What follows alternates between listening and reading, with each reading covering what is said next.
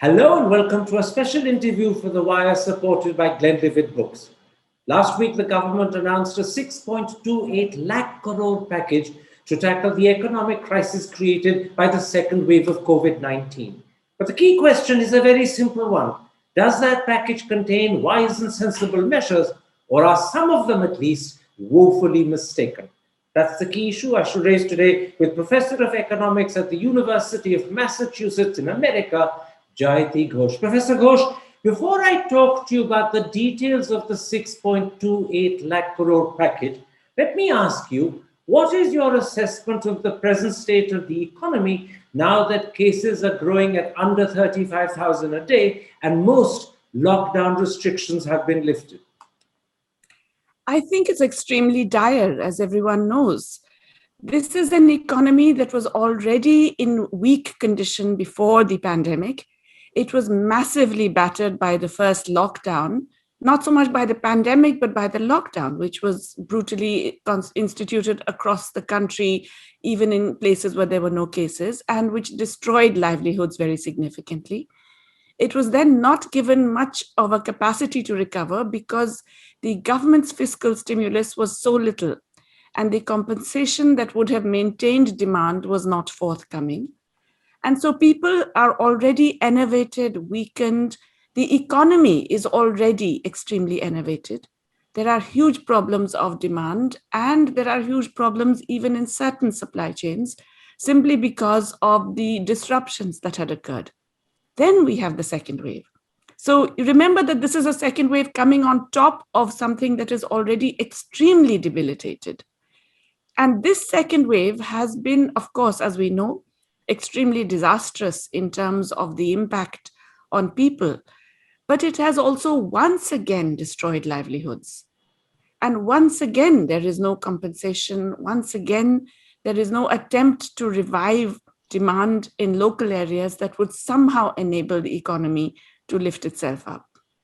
Before I come to that package, let me draw your attention to three particular areas of concern and discuss each of them one by one. First of all, the Center for Monitoring the Indian Economy has said that consumer sentiment has fallen by 15.4% since March. They add, and I'm now quoting them, over 97% of Indian households have suffered a fall in real income. Does that mean that, in fact, one of the principal problems today is collapsed demand? Absolutely. This was a problem, in fact, even before the pandemic. Of course, the pandemic made it hugely worse, but the pandemic is an unusual situation in which you have also prevented supplies in many areas. So it was a combination during that period of the demand and supply shocks. But since then, the demand revival has simply not taken place.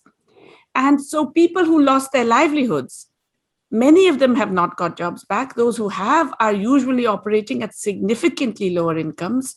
The self-employed are, according to all the ground reports, getting anywhere between 1/3 to 1/2 maximum of what they were getting before.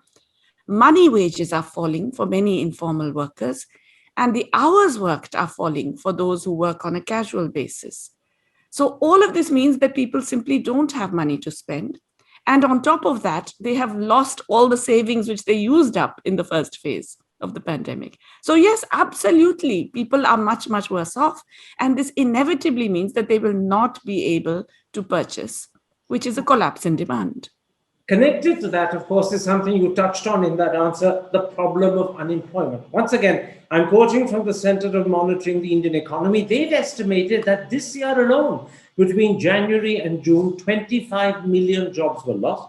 More importantly, they say that the employment rate, which is the actual number of people who have jobs, has fallen to 35.9%, over 4% below India's norm of 40%.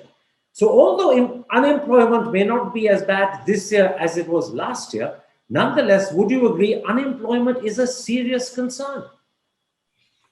Unemployment is probably not the best indicator in India simply because we do not provide any social protection. We don't have unemployment insurance or benefits. People have no choice but to try and go and earn something, whatever it is. So I wouldn't look at the unemployment rate. I would look at the employment rate. which you have just mentioned. Now, already this was one of the lowest in the world in India. We really were not putting our people to work. We were not using our demographic dividend either of younger people.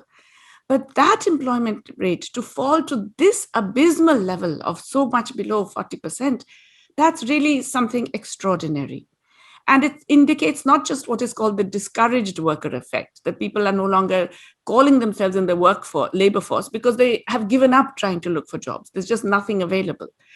But it also reflects the fact that we are relying more and more on unpaid work and services to keep people alive.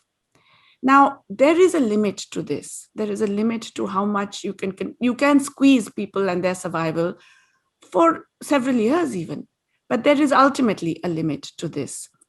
So what we face is a huge demand problem, which is driven, of course, by the lack of job generation at all.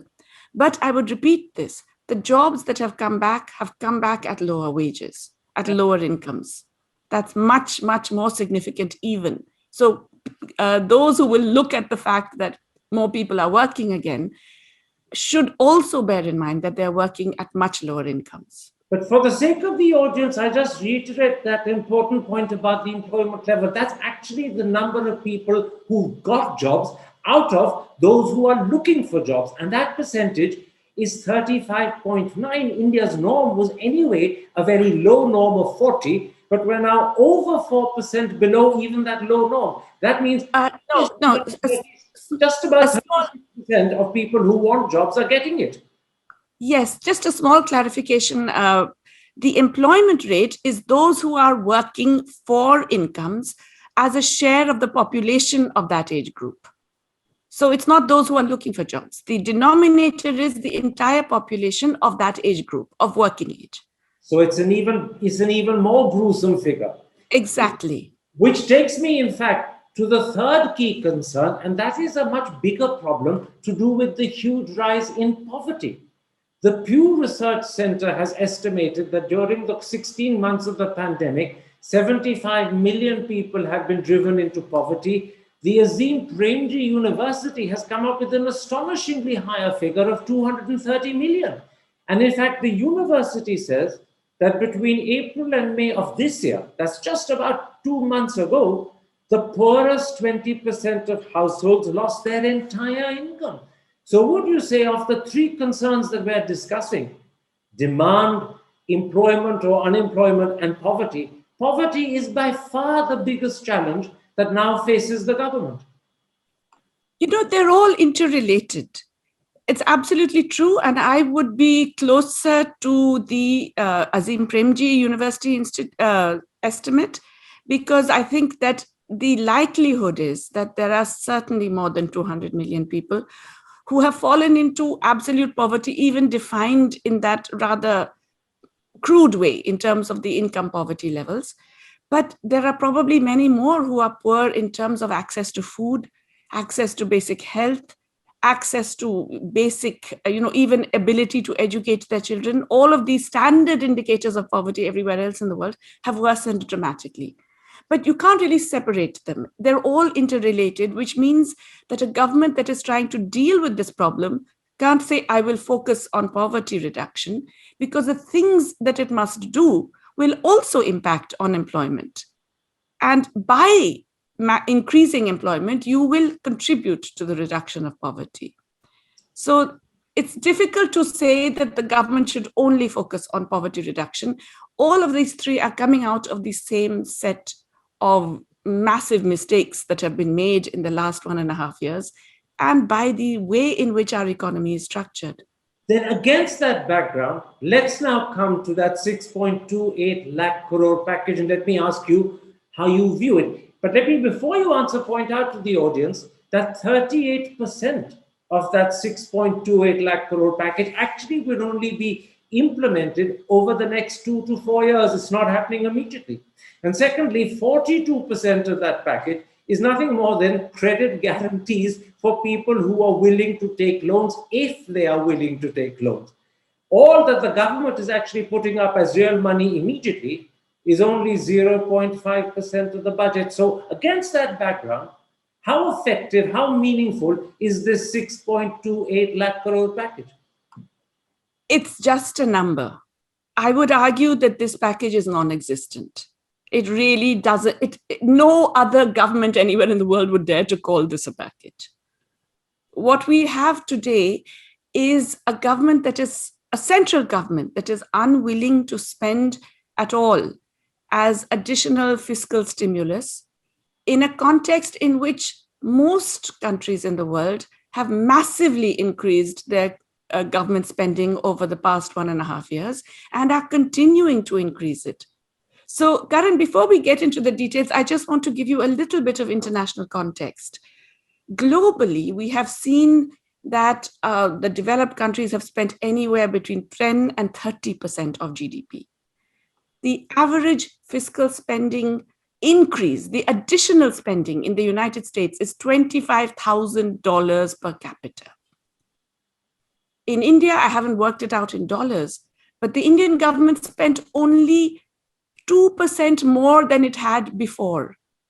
Additionally, if you account for inflation, only 2% more of its previous budget.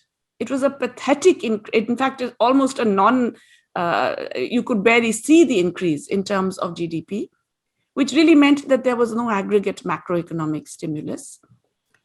And the only reason we have a fiscal deficit is because the tax revenues are falling.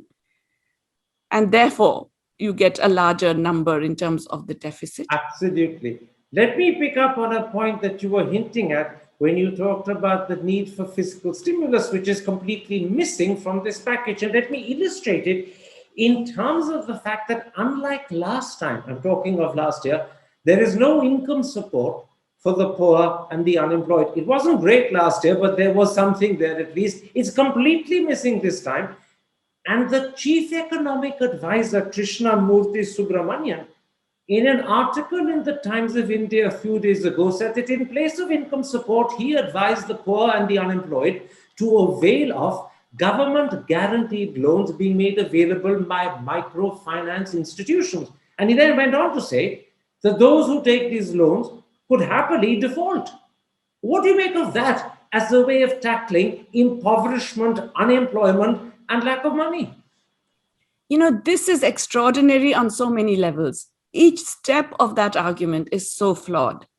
First of all, when you're in a situation of such dire economic distress and declining economic activity, you must immediately do something to arrest the decline. I'm not even talking about recovery, just stop that decline. And you can only stop that decline by providing livelihoods, which means you must provide income support as compensation for the livelihoods you have denied through lockdowns, through a perpetuation of this pandemic, through the absence of vaccination. It is the government's fault that people are unable to find work and find incomes. You have to compensate them. That's number one. And this is a principle, again, globally recognized. Half of these stimulus packages in the US and the EU are this kind of compensation. But in addition to that, the whole notion that the poor can take on loans, which the government itself is unwilling to do. The government is not willing to borrow more and spend more. And it expects the poor, who will then have no source and no possibility of repayment, to take on loans and live with the debt burden. And then if they default, they are credit unworthy. They will never be able to access loans again. Whatever Mr. Subramanian may say, the system will ensure that defaulters cannot access fresh loans. And what do they do after they have accessed a tiny little bit of microfinance? How do they survive thereafter? Can I put you something that's inherent in your answer? What the government is doing is it wants the poor to take on debt which they cannot afford, instead of the government taking on debt to pay the poor, which the government can afford. And the only possible explanation is that this government is scared of allowing the fiscal deficit target to go beyond the 6.8% figure that's in the budget. Now, at this moment of crisis, is this fiscal prudence wise, or is it a terrible mistake? It is a terrible, terrible mistake. And furthermore, you know, you really have to recognize that They say that it's the fear of global capital flight, that it's, credit rating agencies won't like it and so on. But across the world, governments that have spent more have generated faster recoveries, have allowed the growth to recover, and thereby got more tax revenues. In other words, this government seems to have forgotten one of the basic elements of macroeconomics, which is the multiplier. When you spend more, you generate even more economic activity. And some of that comes back to you in the form of tax revenues. So in any case, your deficit should not be as large as the amount that you spend additionally. Absolutely. You will get something back. In fact, the growth that your deficit generates will itself ipso facto reduce the deficit. It becomes Exactly. self-correcting. But because you're with me, let me put to you what I think are two serious implications that lie behind the chief economic advisor's thinking and ask you whether they're correct or whether I'm exaggerating. The first, in a sense, is an economic one of how people behave. How many people do you believe who have lost their jobs, who as a result have been pushed into poverty, would be willing to add to their burdens by taking on debt at this moment? I mean, do people, when they're down on their knees, actually add to their debt burden? Because that's assumed when he says, take loans, I won't give you money instead. So is that assumption correct?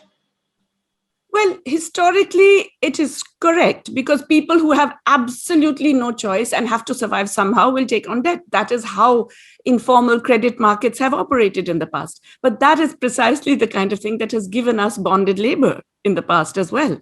The poor who have absolutely no recourse borrow and pledge their work, pledge their bodies or their children's bodies, really, as a kind of collateral. A microfinance system, as I said, this argument is so flawed on so many levels. The microfinance system in India operates on very, very high levels of repayment, which are ensured through peer pressure, because you as a group are collectively responsible for the repayment of the debt, which really means that the group is on every case that doesn't repay. And therefore, there is enormous pressure on repayment. So you're saying that the economic assumption that even though people are down on their knees, their burden is so great, they will still take loans, is not inaccurate. Historically, people down on their knees have taken loans. The problem is that they then end up as bonded labor because they can't repay. Now, this brings in the second serious implication, because the chief economic advisor is cheerfully assuming that in fact the poor will take on loans and not repay them. In fact, in that Times of India article, he's actually suggesting they should default. But again, doesn't that run against the very basis on which Grameen Bank and our own microfinance institutions have succeeded? They succeed because the very poor honor their debt. It's the rich, like the Vijay Malias, the Nirav Modis, the Mehul Choksis, who default. So once again, he's morally wanting them to do something that is very odd for a chief economic advisor to suggest, take a loan and default. But he's also going against the fact that they don't default, which is why the Grameen Bank succeed. He's wrong on both counts, surely, morally as well as in terms of experience. Well, he's wrong on many counts. Of course, there is the moral issue of telling people, well, take this money. If you're actually planning for them not to repay, why are you not just simply giving a handout? Why are you not giving an income transfer? That's the most obvious point, if you are expecting them to default. Second, it runs against the very basis of finance. So it's a bit weird that he's in the finance ministry and is not aware of how finance operates, because it cannot operate if there is universal assumption of default. But thirdly, he's unaware of the way credit markets in India operate and microfinance in India operates, which is, as you mentioned, on a very strict expectation of default, on tremendous peer pressure against default. And finally, he's unaware of what befalls an individual who defaults in India today, which is that their credit rating, individual credit rating, collapses and they are unable to borrow in future. So what he wants for India's poor is this dismal situation where they are able to perhaps borrow a few rupees, a few hundred rupees to survive today, and then not only be able to repay, but to be denied any credit in future. Very quickly, I think what he believes is that the reason why it's better to give them loans through microfinance institutions rather than direct income support, which would have to be through some form of urban NREGA, is because he believes, and I think he says so as much in that article, that MFIs can better target the poor. That NREGA won't work because the urban poor actually come as migrants from villages. And therefore, in terms of targeting, loans through MFIs, which are then dishonored and effectively become direct income support, is a better way of giving money than doing it through urban NREGA. Do you accept that logic? Not at all. The MFIs themselves are not necessarily dealing only with the poor, but I object to the very principle of targeting in a situation like this. In fact, once again, very few governments are doing targeting because of the fact that the problem is so widespread. As you noted earlier, CMI survey suggests that 97% of India has lost incomes over this period. That, in fact, it's not only a certain defined poor who are impossible to define. Many, many more millions of people have fallen below and into poverty. So really, you do not have to target. You have to give a universal grant to everyone who does not currently have, in other words, have only a negative list of those who have regular incomes, who are defined as salaried people with regular incomes. Everybody else gets an income grant as compensation. I repeat, not as welfare, as compensation for 3 to 6 months. Food is available to everybody without targeting. Anybody who is hungry, who needs food grain, is able to access it. You really have to make these universal at this point. So can I then sum up and say this and put it to you as a question, that the system the chief economic advisor has devised to give money to the poor, the unemployed, and the needy is both morally wrong, because it's actually inviting them to do something that is actually wrong, default on debt and go back on their word of honor. But it's also economically wrong, because you shouldn't be targeting people at this point in time, just giving it blanket to all those who are needy, which is what is happening in the West. So he is, to sum up, morally wrong and economically wrong. Yes, very much so. And if this is the strategy of the central government, I would argue that it is bizarre in the extreme. It's a central government that is unwilling to take on debt, which it will be able to repay, and is forcing the poor of India to take on debt for material survival, just for existence, and knowing that they will not be able to repay it. Then in that case, let's then come to the big question. What is it that the government should have done? Let me put it like this. If you were in Krishnamurthy Subramanian's position, what would your advice to Nirmala Sitharaman be? What are the top 2-3 things that you believe should be done but haven't been done? Well, they can still be done. That's the point. Each of these things we have been saying for more than a year and a half needs to be done urgently, but nonetheless, they can still be done. It's not too late, because this economy will not survive or revive without these. The first is, as I mentioned, immediate compensation for 3 months, say 7,000, 7,500 income support to all families who are not, let us say, already availing a regular income. Expansion and universalization of the public distribution system for food to include every adult, every person, and to give a minimum of 5 kilograms per month, and to include many other parts into that, as has already been done by the governments in Kerala and Tamil Nadu, that you also provide basics of cooking oil, pulses, and so on and so forth. Massive expansion of the rural employment guarantee. At the moment, once again, it is being underfunded. Once again, it's being starved of funds.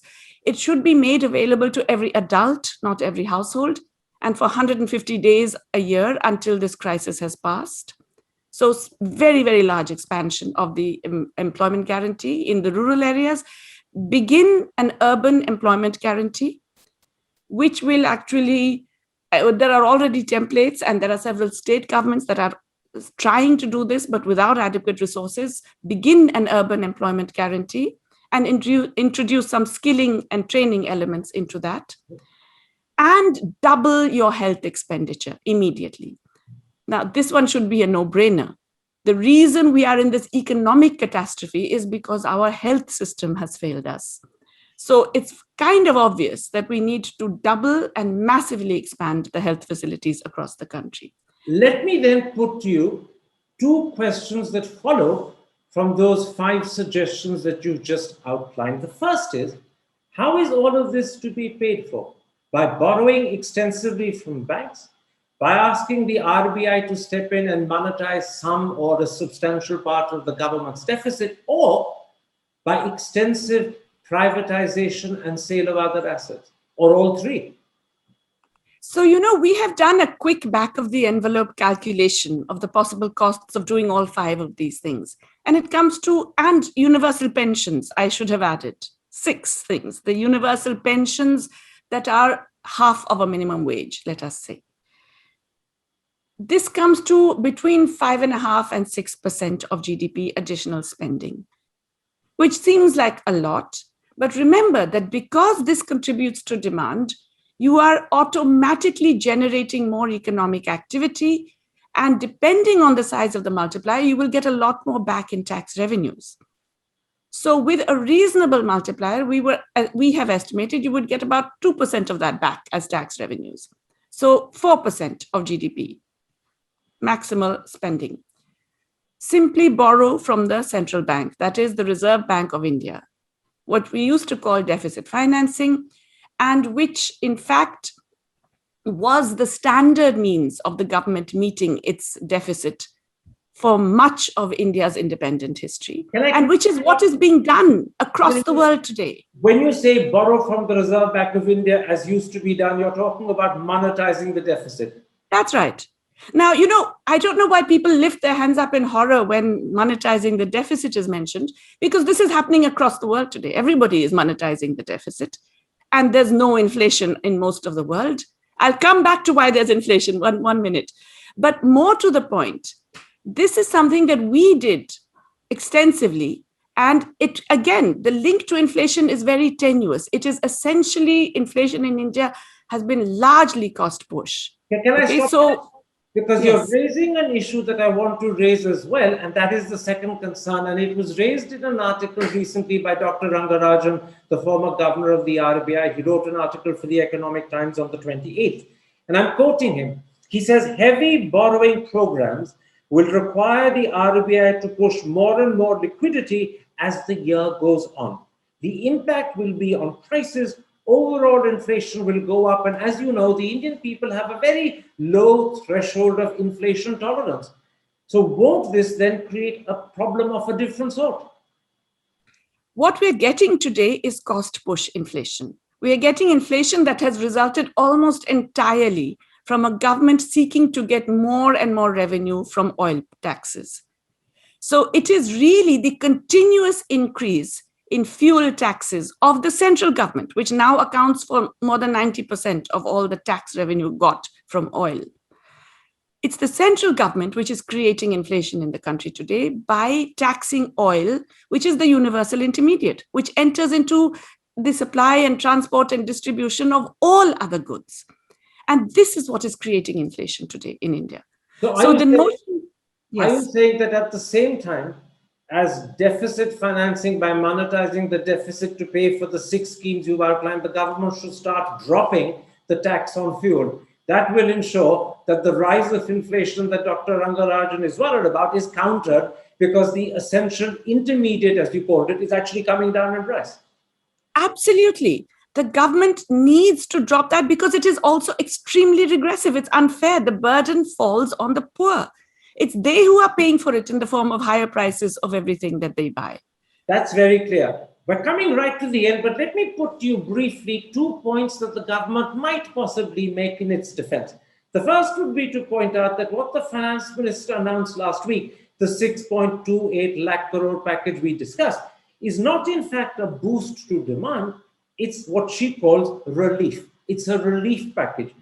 She believes the best time to boost demand is after a mass vaccination campaign has been successfully completed. And she's therefore consciously separating the two. How do you respond to that sort of argument? It's not relief. Where's the relief in this package? Who is the relief for? There is no relief in this package. To call it relief would be ridiculous. There is nothing that is providing relief in this particular package. Unless it's to a few of the larger cronies who are getting relief in other ways that we know. The second is, yes, the urgency of a major vaccination program is well known and it is kind of obvious and apparently was budgeted for. Where is that money? Why aren't they spending it? Why are they not dramatically expanding the production of vaccines through compulsory licensing of other producers who can make it? Why haven't they done that already? Why are they not dramatically ramping up the purchase and distribution of vaccines? That's absolutely essential, and that's a tiny additional expenditure. So of course they have to do that. But to say that the economy cannot revive until you finish vaccinating, at the current rate of vaccination, that means we have to wait for 2 years. So is she saying that we're not going to revive the economy? We're going to let people die of hunger, starvation, lack of jobs, lack of healthcare, lack of schooling, etc., until you are able to finally vaccinate everyone? Let me then put the second possible defense that the government might have. They might say that the faster economic growth rate that you're seeing internationally will give a substantial boost to Indian exports, which in turn will pull up the rest of the economy. After all, exports are one of the 4 drivers of growth, which is why she would say that of that 6.82 lakh crore package, 1.2 lakh crore are devoted specifically to pushing and encouraging exports. You know, even to push exports, you have to be at least maintaining your share of global markets. And first of all, exports will not be enough to revive the Indian economy. So let's get that one clear. You cannot revive the Indian economy on the basis of exports alone. Our export to GDP share is too low. Our employment in exports is too low. So we really have to do measures to revive the domestic market. And I think this is widely agreed across the world. Secondly, even to use exports as a minimal driver of demand, you have to generate an increase of your share in world markets, or at the very least maintain them. If you are losing out because your people are enervated and enfeebled, because your infrastructure is collapsing, because you are not generating the required other amenities and facilities that enable the logistics for exports, you will lose out to your competitors, which is already happening. Even in terms of the shift away from China globally that occurred with the US-China trade war, the beneficiaries are Vietnam, Thailand, and the Philippines. It's not India. And Bangladesh. And Bangladesh. It's not India. Bangladesh will gain from this global increase in markets. In which case, my last question, Professor Ghosh, you have watched the government's attempts to tackle the economic crisis created by the pandemic for the last 16 months. And we've discussed what the government did last year. We've just discussed what it's trying to do this year. What is your overall impression of the way the Modi government is responding to this crisis over the last 16 months? Despair. To be honest, I did not expect this level of a combination of cruelty and incompetence. I expected that there would be more given in the way of compensation. I expected that there would be greater attempts to ensure the survival of the bottom half of the people. And I expected that even if it were broadly neoliberal policies, which I did expect, I expected it to continue to be very neoliberal in orientation, but I expected that it would be a competent neoliberalism. I have been surprised, disappointed, and to be honest, I am in despair. That is crystal clear. And I'll repeat those words because I think they say a lot. You are shocked by the cruelty and also the incompetence. What you call cruelty, someone else with a different moral perspective might not consider cruelty, but what's important is competence. And this government, in your eyes, has been incompetent. Is that right? Yes. Professor Ghosh, thank you very much indeed. Take care. Stay safe. Thank you. Thank you.